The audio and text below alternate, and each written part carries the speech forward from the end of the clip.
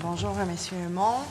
J'aimerais vous parler d'un sujet que je pense qui vous tient à cœur également. Bon, lorsqu'on parle de la Caisse, on parle également d'investissement responsable. Nous avons eu dans les dernières années quelques échanges concernant l'investissement relié l'investissement de la Caisse dans des entreprises qui opèrent dans des colonies israéliennes illégales en Cisjordanie, en Jérusalem-Est, et qui profitent au génocide israélien en cours à Gaza. Depuis l'étude des crédits de l'année passée, il y a des choses qui sont arrivées.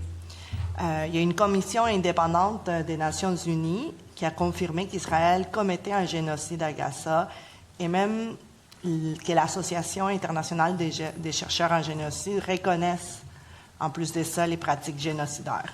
Le 30 juin 2025, la reporteuse spéciale de l'ONU, Mme Albanese, a publié un rapport que vous avez sûrement pris connaissance, un rapport intitulé « D'une économie d'occupation à une économie de génocide », où elle nomme de façon très spécifique la Caisse et certains de ses investissements dans des entreprises qui participent à cette économie.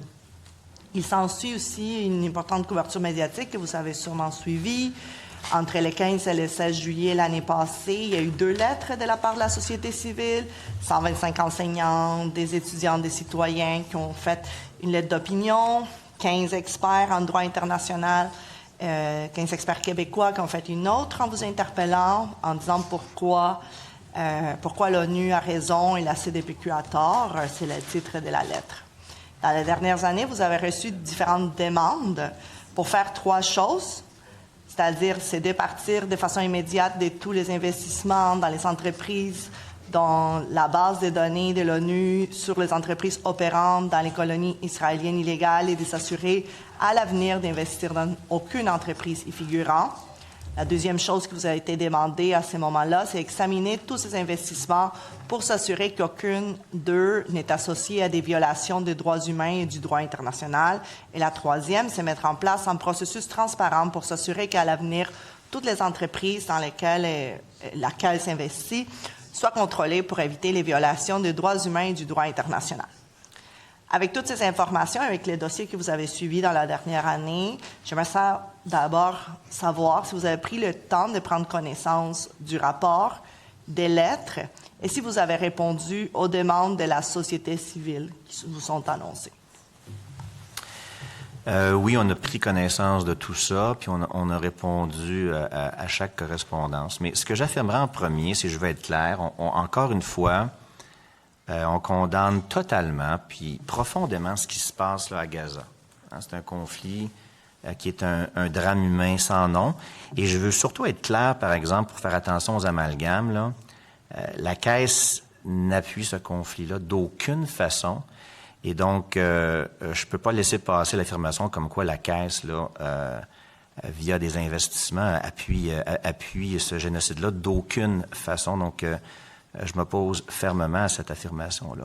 Ce que je dirais en termes de politique d'investissement, pour répondre à votre question face à Israël, il n'y a pas de nouveaux investissements qui ont été faits, puis on a pris cet engagement-là.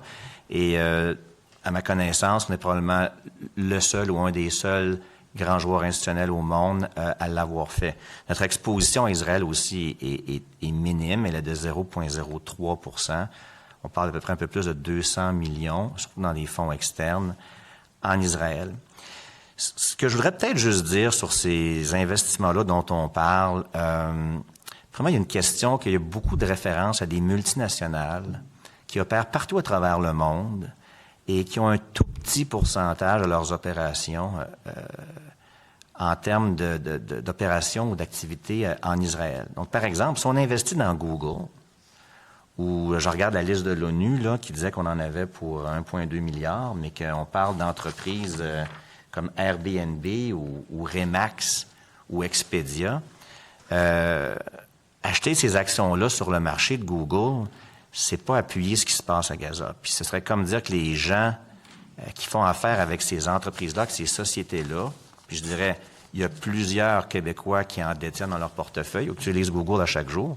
Ce serait comme dire qu'ils soutiennent indirectement le conflit à chaque fois qu'ils s'en servent. Donc, pour moi, prendre toute une position dans Google de milliards de dollars parce qu'il y a un tout petit pourcentage d'activité en Israël, je pense que c'est un amalgame qui est dangereux en termes de dire ça appuie le conflit à Gaza. Dans un deuxième temps, ce que je dirais, il y a plusieurs autres éléments à tenir compte. C'est si on prend des investissements dans certains noms, parfois les chaînes de valeur sont extrêmement intégrées, très difficiles à décomposer. Alors, tracer cette ligne-là est excessivement compliqué quand on sait que c'est des ententes qui passent par des gouvernements. Je donne un exemple. Il y a eu d'autres titres qui ont été mentionnés. Peut-être que c'est là que vous vouliez aller, mais par exemple, dans le secteur de l'armement de la défense, on prend Lockheed Martin. Il faut faire attention à ces éléments-là. C'est des fabricants qui vont fabriquer, par exemple, un F-35 et puis qui est vendu au gouvernement américain, qui redistribuait ses pays alliés. Puis, vous savez, le F-35, il y a 1700 fournisseurs qui rentrent dans la fabrication de ça, dont des fournisseurs québécois. Donc, se désinvestir de tout ça avec cette logique-là, je dirais, rendrait ça à un point qui ça aurait plus de fin puis réduirait trop ce qu'on doit faire comme dans notre mandat. Merci. Je vais vous amener parce que vous avez dit tout à l'heure qu'aucun nouvel investissement a été fait en Israël. Je vais vous donner un exemple, puis j'aimerais ça le regarder. Il n'a pas été nommé dans votre liste. C'est Phoenix Financial Ltd. C'est une entreprise dans laquelle la Caisse détenait 9,9 millions de dollars au 31 décembre 2025. C'est une entreprise israélienne qui finance et assure des projets de construction et d'infrastructures dans des colonies israéliennes de Cisjordanie et du Golan.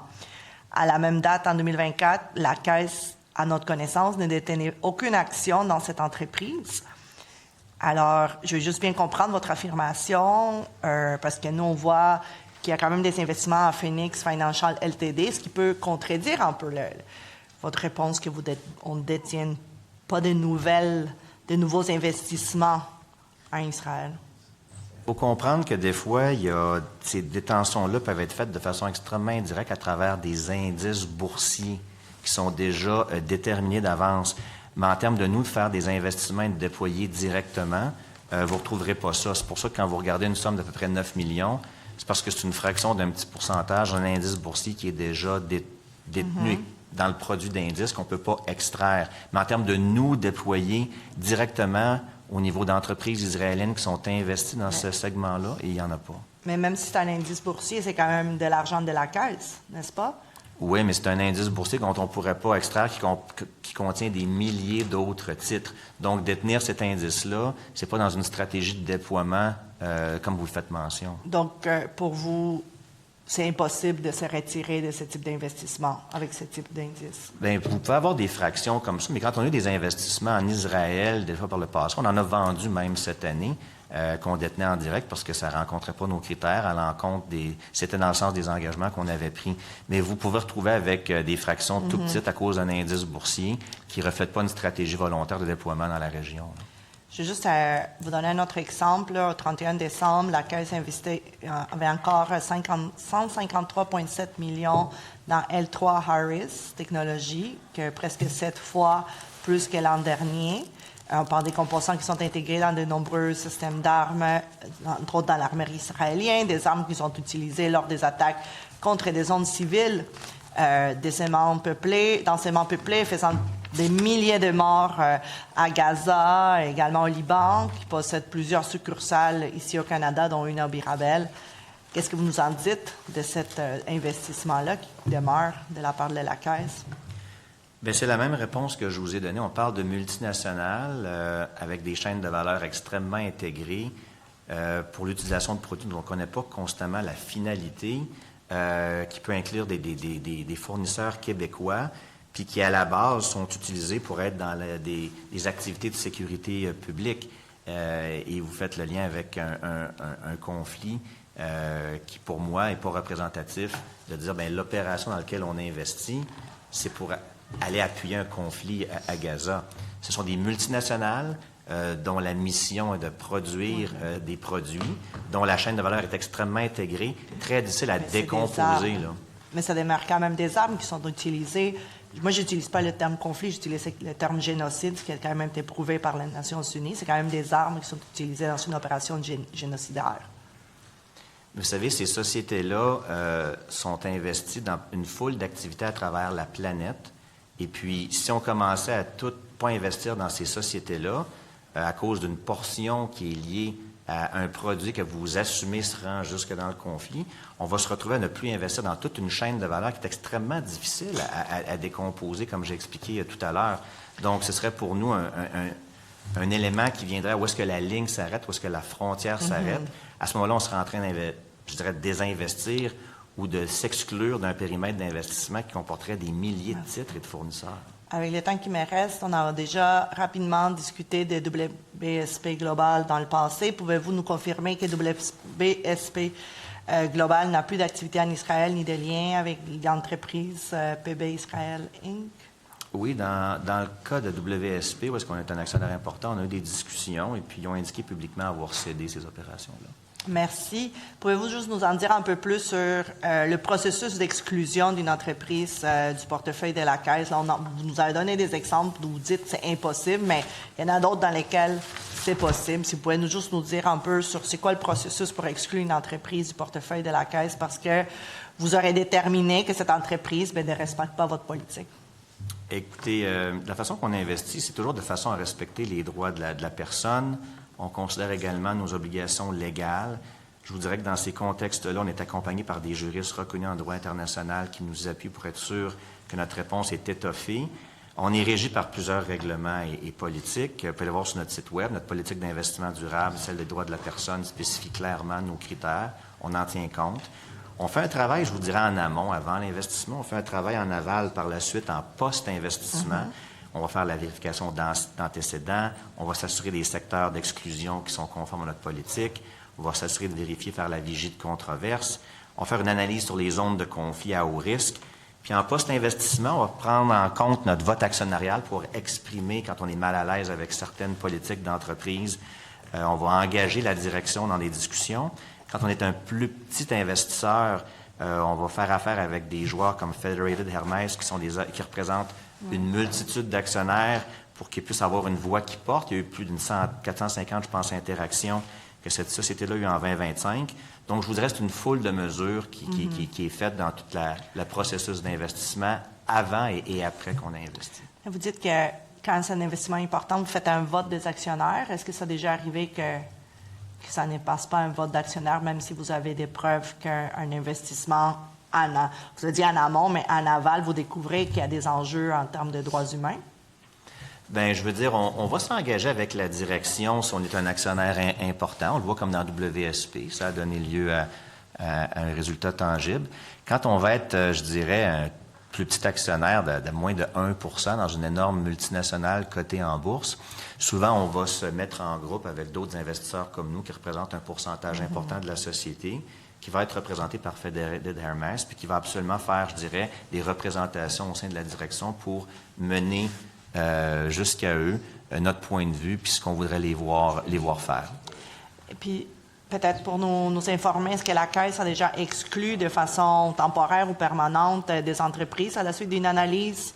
Comme vous dites que vous avez des experts, des juristes, est-ce que suite à des analyses faites en conformité avec votre politique de droits humains, avez-vous déjà exclu de façon temporaire ou permanente une entreprise de votre portefeuille? Bien, c'est des discussions qu'on a à nos comités, puis oui, ça arrive qu'on décide de ne pas investir parce qu'on considère que c'est pas en adéquation avec tout ça. Oui. Est-ce que vous avez un exemple pour nous? J'en ai pas ici là, que je pourrais vous donner un nom spécifique, mais vous savez, ces éléments-là font partie du processus d'investissement, donc parfois, ça ne se rend même pas jusqu'à moi parce que les gens vont décider d'exclure l'investissement.